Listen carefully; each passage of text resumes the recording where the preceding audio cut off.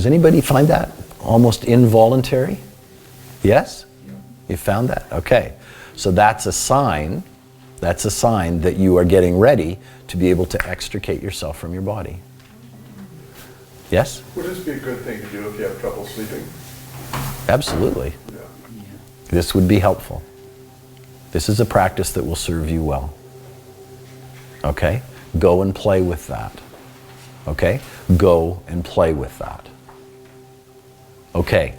So, there's breathing. Now it's withdrawal of the senses. Okay?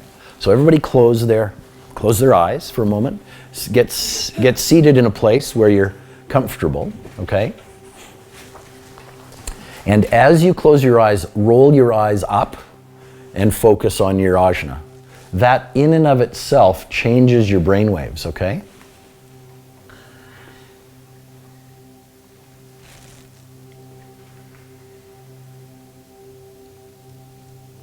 Now, as you're doing this, I want you to pay attention to what you're feeling in your body. Other than gentle breathing, are there parts of your body that are saying, pay attention to me?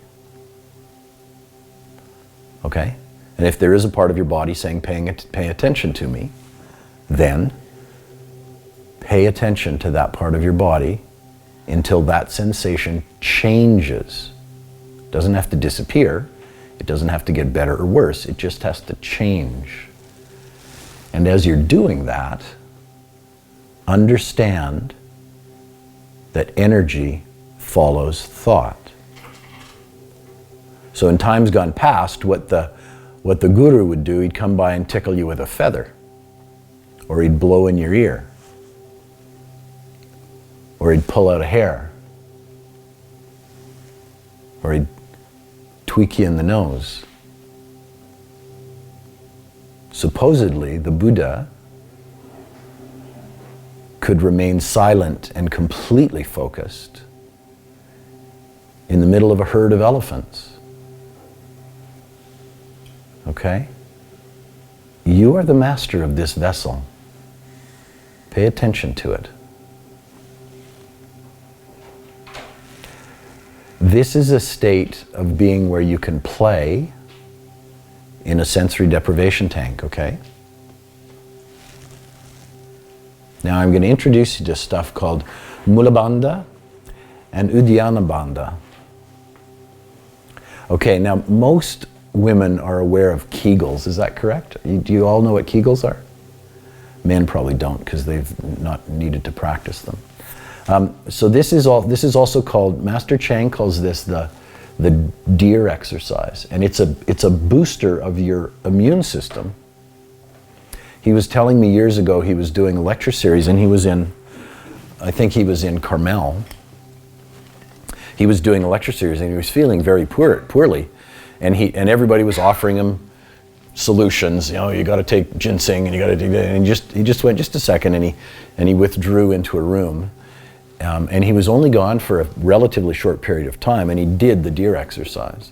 And I'll show you the deer exercise. We call it the anal lock, the Mula Bandha, but it also boosts your immune system. So it's just tightening up your sphincter or your perineum or both, okay? But as you do that, you're shooting energy up your spine, and you also are boosting your immune system, okay?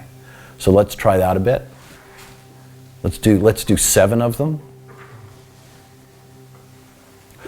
And tighten it up and hold it for as long as you can practically, right?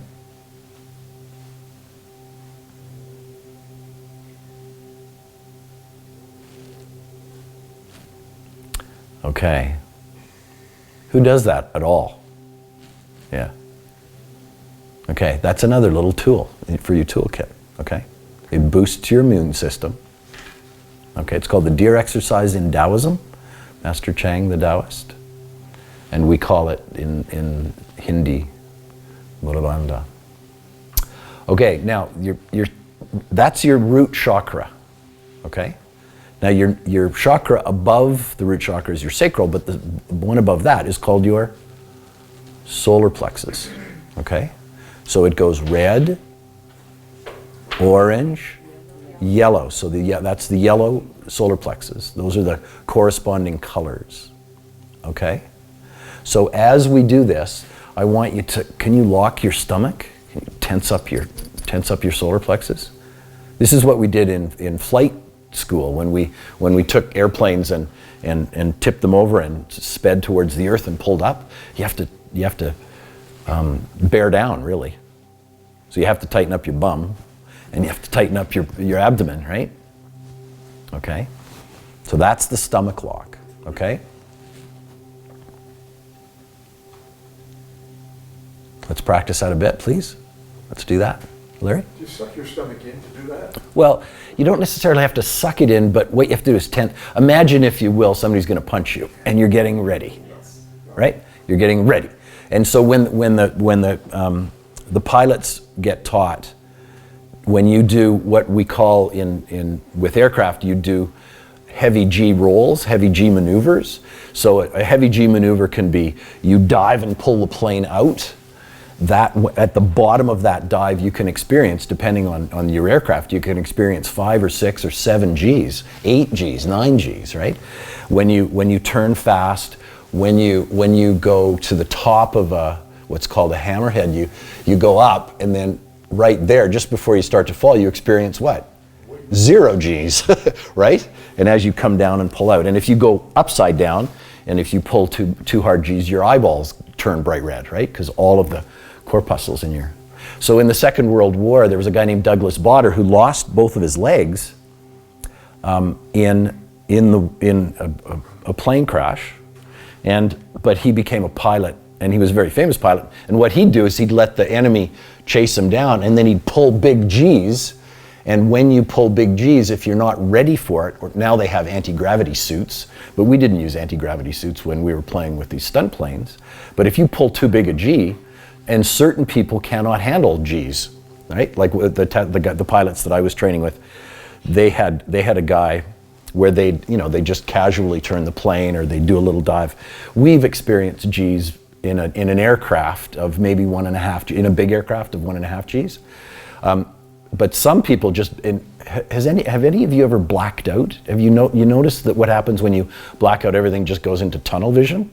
Yeah. Right? Almost goes into tunnel vision. And that's what happens when you experience too heavy Gs. And that's what they were, you see that in the movies when they were test pilots and all that stuff. You black out because the Gs are so powerful that it's sucking all the blood from your head, right? And that's when they train you to get ready for it, right? And they were telling me that once that they had a guy who lost consciousness at 2 Gs. So you just do this, and he... So they couldn't do very many maneuvers with him, right? Now, what we were doing when we were practicing and training, dog fighting and stunting and all that stuff, we were seeing how many Gs we could pull without passing out, right? It's a bitch when you pass out while you're pulling heavy Gs, because then you crash. But... And so we were pulling 7 and 8 Gs. Without a pressure suit. Without a pressure suit, yeah. And it's preparing your body, right? So part of that is that your anal lock and your solar plexus lock. That's what this is. The Mula Bandha and Uddiyana Bandha. Okay? Now, that's withdrawal of the senses. Okay? You extricate yourself from identification with your senses, okay? Now, concentration and meditation. Remember when we did the candles? Let's everybody pick a candle and focus on it for a minute, for a few seconds, okay? Now close your eyes and still see the light, okay? Close your eyes and still see it. Okay, can everybody see it? If you can't see it, open your eyes and replant it. Okay?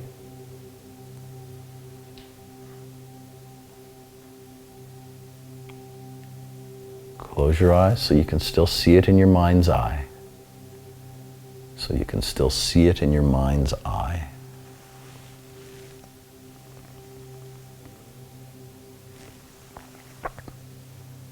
Now, I want you to take in your mind's eye I want you to take that light, I want you to take that vision, and I want you to make it bigger. Okay? I want you to take that candle, light, and I want you to make it bigger.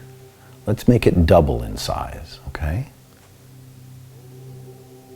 Visualize. Now let's make it 3 times the size. Hands up who is experiencing this. You're actually seeing it 3 times the size. Okay. There you go. Okay, open your eyes and look at the candle. Doesn't look anything like it does in your mind's eye, does it? This is interesting, okay? Now, Einstein said something about how important imagination is. Yeah? Question, are you supposed to see a negative after image, or is this a visualization of the candle? It's a visualization, because what you're seeing, when you close your eyes from looking at the candle, your retinas are still registering it for a brief moment, okay? But what we're doing is we're visualizing it with using our pineal gland, using our third eye, or ajna, okay? Einstein said something about how important imagination is, but for you to become true white magicians, you need to learn and expertise yourself in visualization, okay? That's the next step of imagination, is bringing it into the visual, being able to visualize things, okay?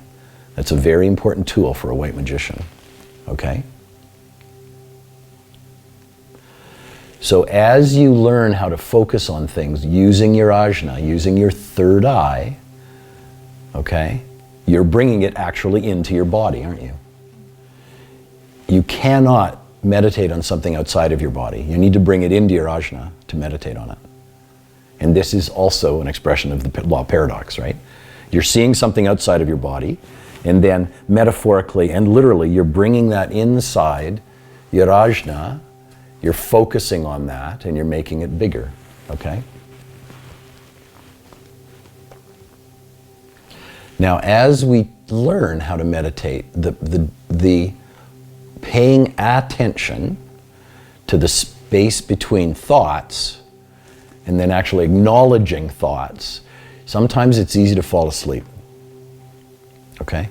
Now, one of the things we do with Release and Clear, and one of the things we do with the Theta training is, under no circumstances do I fall asleep. And if that's what you want to entrain yourself with at the front end, under no circumstances do I fall asleep, then just say it out loud.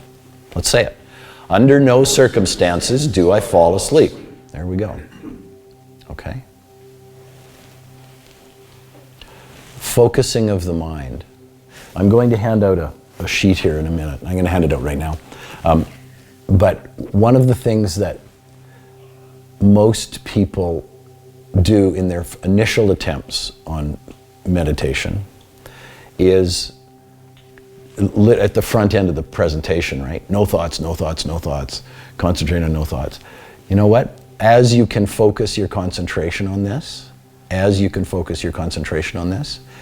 you get to use, and I'm going to introduce you to 4. There's, as I said, there's thousands of pages of literature in terms of our resources here.